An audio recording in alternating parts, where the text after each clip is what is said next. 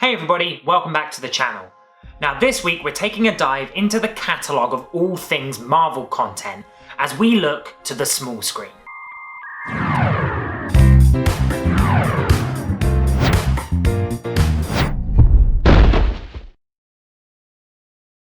Now recently I decided to rewatch the entirety of Marvel's Agents of S.H.I.E.L.D. Mostly because I wanted to sort of catch up on all things surrounding the MCU ahead of all of the new content that was being released. Kind of get myself prepared for episodic viewing once again. And also with the first 3 episodes of WandaVision being released recently, I thought that it would be a good time to take a look at the future of Marvel television and also what's going on right now. Now starting off with WandaVision, and I think it's quite a promising start actually to the television shows that are coming under the Marvel banner. When I initially wrote this script last week, I was going to say that I wasn't entirely engaged yet, but with episode 3 dropping, it's fair to say now I'm pretty hooked. I think that this show is a very interesting and intriguing concept, and from the get-go it was sort of implied that there were going to be bigger things going on, that there was going to be weirdness and that we wouldn't exactly know what was happening, and well, so far they've delivered. It's a bit of a storm of weirdness that's going on at the minute, but I kind of love it. Now there's a lot of things to like in this show. They really capture all of the eras that they've been representing in television very well so far, whether that be the 50s and 60s or the 70s. So much so that in episode 3, now in colour, they basically kind of recreate the Brady Bunch house. It's not exactly right, but you can tell where their inspiration came from. Also on top of that, I found myself actually laughing at some of the stupid, obvious sitcom jokes. They are kind of funny, they're not laugh out loud surprise funny, but they are quite good, and the sort of Marvel themed twists that they do on them a lot of the time are quite good as well. On that note as well, I've loved a lot of the nods and homages to the wider MCU. All of the little references they have, even so much as when they say Sokovia, it makes me realise that everything's connected. There's a lot more of these little things, and I'll get into a few more of them a little bit later on. When I initially wrote this script, I was going to say that they haven't really alluded to the bigger picture enough, but first of all, I rewatched the first couple of episodes again, and I found a few more things that interested me. And then of course episode 3 came out, and well, I mean, they've started to give away a few more things now, and I think that that's only going to increase as they go on. Now, I'm going to go into a few of those little hints and stuff that we've been given so far throughout the series. The major one, the biggest one, the big elephant in the room that's going on here is of course S.W.O.R.D. Now, for those of you who don't know, S.W.O.R.D is kind of the intergalactic equivalent of S.H.I.E.L.D. from the comic books. They deal with extraterrestrial threats, whereas S.H.I.E.L.D. deal with stuff that mostly relates to the planet Earth and threats on the planet Earth, hence the H standing for Homeland. Now, with S.W.O.R.D, what we're clearly getting here is some sort of continuation of the hint that we got at the end of Spider-Man Far From Home, where we saw Nick Fury on some kind of space base. The way that I see this, I think that what the MCU is going to be doing is that S.W.O.R.D are going to be kind of taking over from S.H.I.E.L.D, as opposed to just being another department of the agency. Now, this is probably because of Agents of S.H.I.E.L.D. itself, where they kind of blurred the lines a little bit between what is Homeland and what is Interstellar, especially in the later few seasons of the show. Because of all of that, they were supposed to actually introduce S.W.O.R.D in that series, but they kind of didn't, and it just stayed S.H.I.E.L.D. Well, it kind of stayed S.H.I.E.L.D. It was just sort of Coulson's team, really, and there weren't much more to it than that, but still. I think basically what's going to happen is that S.W.O.R.D is going to be the new big agency, and that's all there is to it. Because otherwise, it doesn't make a huge amount of sense. Now, I think that what S.W.O.R.D hints to here is a lot about what's going to be going on in the series as a whole. Now, there's a theory that I really like about what's going to happen in WandaVision, and if you want to hear more about that, check out the Super Carlin brothers. They recently did a theory about how the series is going to go, and I think it has a lot of salt to it. I won't get into it too much in case you want to watch the video yourself, and I'll put a link up to it in the cards, and probably down in the description or something as well. But the base level of it is that S.W.O.R.D basically are trying to get to Wanda. They're trying to figure out what's going on with her. And also, all of this isn't going on in her head, which we kind of saw at the end of episode 3. When Geraldine got thrown out of this weird energy bubble kind of thing, we kind of saw that what's going on there is contained to this town. And instead of it going on in Wanda's head, there's a whole town that's involved that's somehow under this weird, different reality. Now, the extent of this is the major question, and I think what we're seeing so far is that S.W.O.R.D are trying to sort of get inside that other reality that's going on, this weird sort of bubble. And we've seen that with the helicopter with the S.W.O.R.D logo on it that fell from the sky and was the only thing in colour. That was probably them trying to get in via a helicopter. On top of that, we've seen the beekeeper who had the S.W.O.R.D logo on his back. Now that was probably someone, again, they were probably trying to maybe dig underneath, trying to come up from underneath. And he was probably wearing some sort of protective equipment of some kind, maybe a hazmat suit of some kind. And Wanda, of course, saw this as a beekeeper, or the reality made that into a beekeeper. Now, of course, the other two big hints, of course, were the radio signal that came through when she was at the planning party for the talent show, and that voice that is kind of unidentified at the moment. Maybe it's a random S.W.O.R.D agent, although he did seem to be fairly familiar with Wanda, even just calling her Wanda instead of Mrs. Maximoff or whatever. Now, I think that this is obviously a hint that they're trying to get in touch with her, trying to figure out what's going on with her. And then, of course, the big one, which is Geraldine, or as we know her to be, Monica Rambeau. And it wouldn't surprise anyone if Monica Rambeau was working for S.W.O.R.D. Of course, her and her mother had an attachment to Nick Fury, what with the events of the Captain Marvel film, and it's only logical that she would then go and work for S.W.O.R.D. In the comic books, Monica Rambeau designed spaceships. She is the kind of perfect candidate to work in this environment. And a lot of people have been saying that actually she might be a pretty decent candidate to take over from Iron Man, but I'm sure that's a theory for another time. Now, there are a few other question marks that we've got coming out of this series, and I think a lot of them have to do with the casting. First of all, we've got Kathryn Hahn's character of Agnes, who is quite a bit of a question mark at the minute. She seems to be extremely helpful to Wanda. She's kind of always there to give her the exact thing she needs or give her a way out of something, and something about her suggests that she knows a little bit more about what's going on. Now, that Carlin brothers theory that I mentioned a minute ago goes into a little bit about what they think that she might be, that she's kind of the manifestation of a sort of entity that is often kind of confused with being like the devil, effectively. In the same way that Thor is confused with being a Norse god, this guy is basically the devil, what people think the devil is. They've seen him in the past, and they were like, oh my god, that's the devil. Now, this person often deals in sort of promises and deals, a little bit like Rumpelstiltskin almost.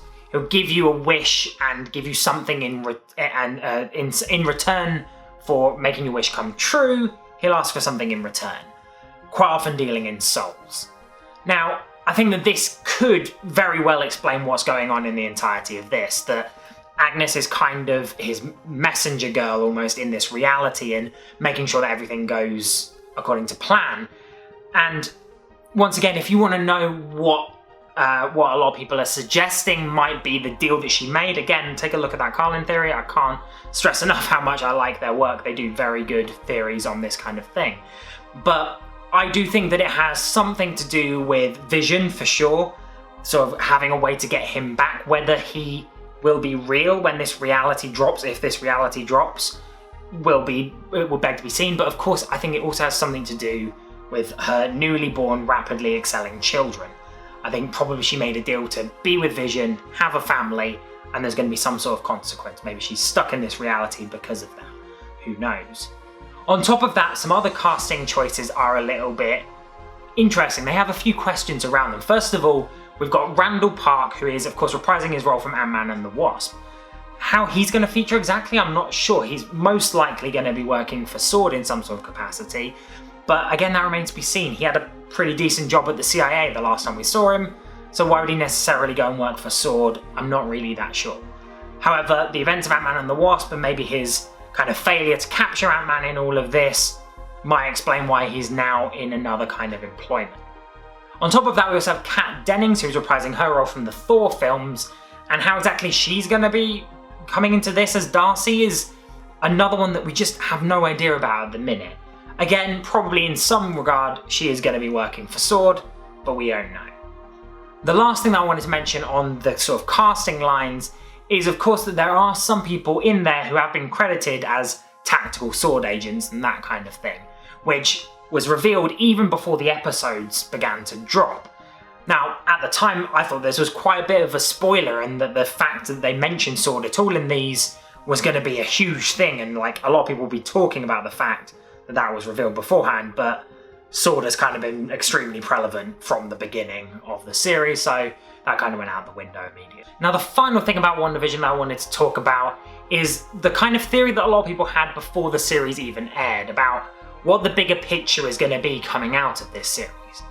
Now, a lot of people pointed to the House of M, which of course features Wanda heavily. I think they're going to take a lot of inspiration from the House of M comics, but they're going to make a twist on it. Basically, the thing that a lot of people have been picking up on is the fact that, of course, the mutants have been acquired and have been confirmed to be coming to the MCU at some point. The question is, how are they going to do this? Now, there are a lot of theories out there that is going to be suggesting that they've always existed, just underground, and we've not seen them. But I think that's a bit far-fetched, especially if Agents of S.H.I.E.L.D. remains canon, as I believe it is going to be, where they've had this whole underground thing about Inhumans this entire time anyway. I'm not sure if it's going to happen. But on that note, with Agents of S.H.I.E.L.D., I think that that could be something that they go about. Perhaps there's an alternate reality where there's underground mutants instead of underground Inhumans, and they'll bring them to prevalence somehow. Maybe they'll combine the two worlds or something like that. The easiest way to do this, of course, is to look at Wanda's inclusion in the Multiverse of Madness, the Doctor Strange film that's coming up in the next phase. I think the multiverse is the most obvious way that they could bring the mutants in somehow into the MCU. Just combine their reality with ours. You can easily explain away all plot holes, all inconsistencies and that kind of stuff, and it kind of works out perfectly. Also, it could just be that somehow in the events of WandaVision, she just kind of wills mutants into existence. She comes out of whatever this weird reality bubble that she's in, and mutants just now exist.